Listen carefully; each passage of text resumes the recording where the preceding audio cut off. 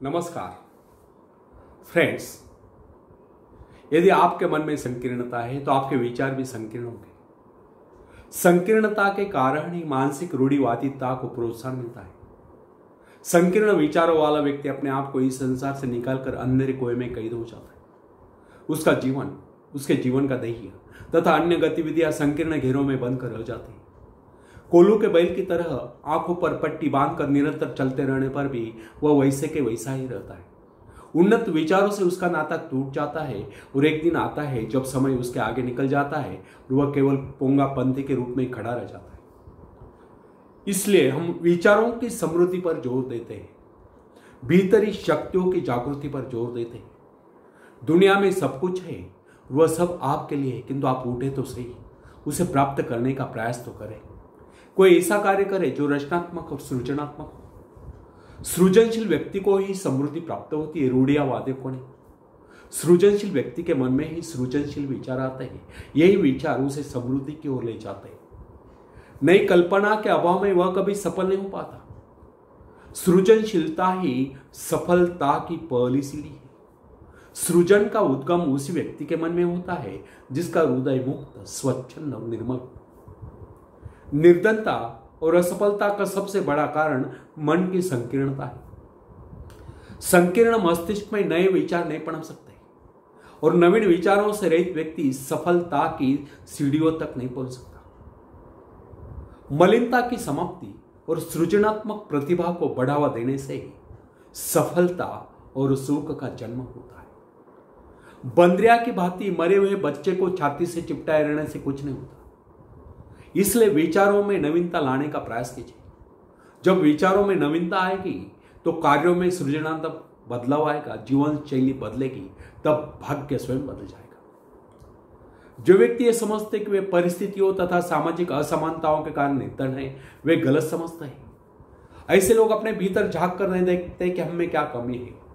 वे स्वयं का आत्मविश्लेषण करके दूसरों पर दोषारोपण करते रहते हैं।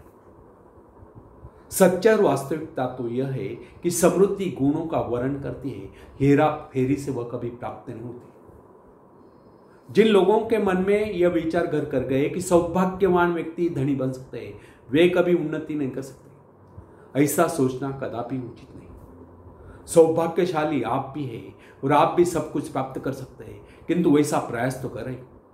भाग्य अभाग्य का रोना न रोकर कर्म करो, कर्मों से भाग्य बदलता है। और कर्मण्यता आलस्य और निराशा से नहीं। क्या आपको पता है कि आपके भाग्य में क्या है?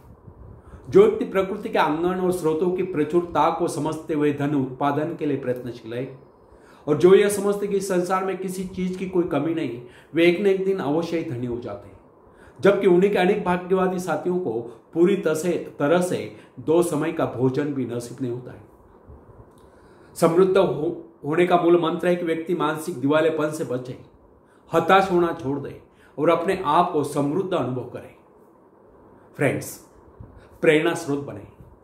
यहां मैं एक ऐसे व्यक्ति का जिक्र अवश्य करना चाहूंगा जिसके मन में कई लेश मात्र भी किसी बात के लिए अविश्वास नहीं। उसने अपने जीवन में अच्छे बुरे अनेक प्रकार के उतार चढ़ाव देखे, परंतु उसे अभी तक संसार की प्रत्येक वस्तु में विशिष्ट रुचि है। उससे बातचीत के समय आप उसके व्यक्तित्व से अवश्य प्रभावित होंगे। वह किसी भी वस्तु को साधारण नहीं समझता।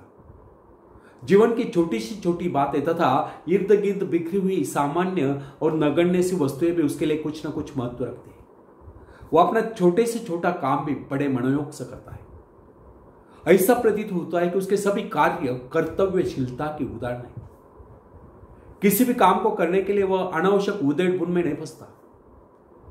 ऐसा प्रतीत होता है कि जिस प्रकार सूर्य का प्रकाश सारी पृथ्वी को ढके हुआ है, उसी प्रकार उससे मिलने वाले सभी लोग उसे चाहते और उसमें उसको प्यार करते हैं।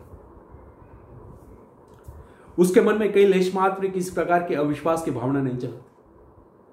स्वस्थ और विघ्न बाधाओं से रहित जीवन जीने वाले व्यक्ति दूसरों के लिए प्रेरणा स्रोत होते हैं। यहां मैंने जिस व्यक्ति का उल्लेख किया वह धनी नहीं है, परंतु उसे जो प्रसन्नताएं प्राप्त है वह संसार के बड़े से बड़े धनवान व्यक्ति को भी प्राप्त नहीं।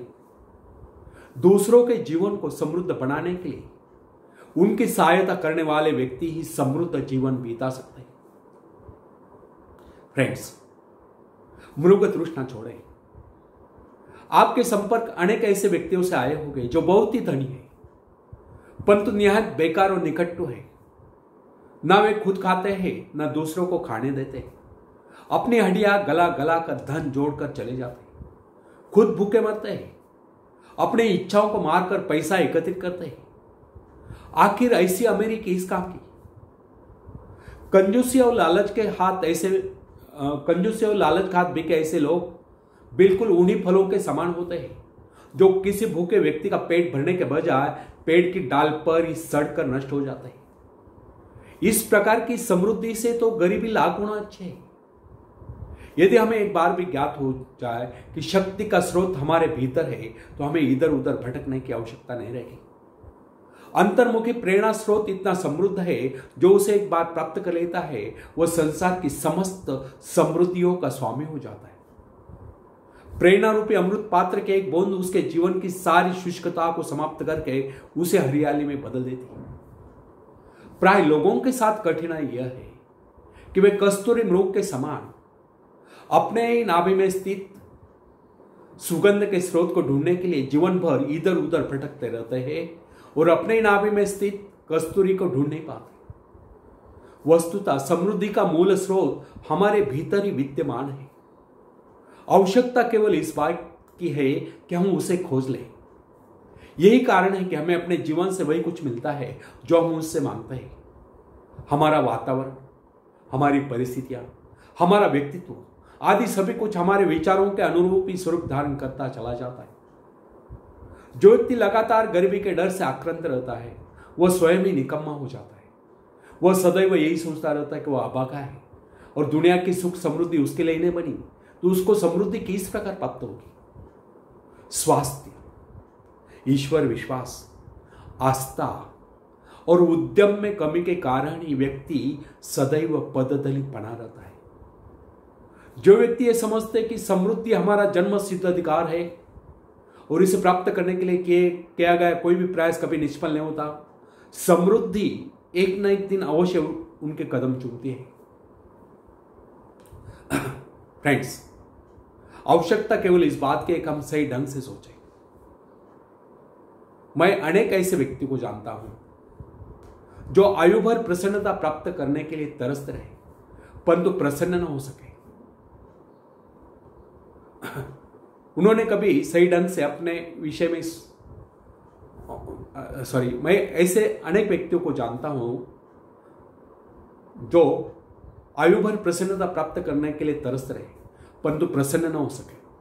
उन्होंने कभी अपने जीवन के संबंध में सही ढंग से सोचने का प्रयास ही नहीं किया। वे सोचते कुछ रहे और करते कुछ रहे। इसका परिणाम यह निकला, न उन्हें सुख मिला, न समृद्धि प्राप्त हुई। मेरे कहने का अर्थ यह नहीं कि सभी लोग एक समान होते हैं।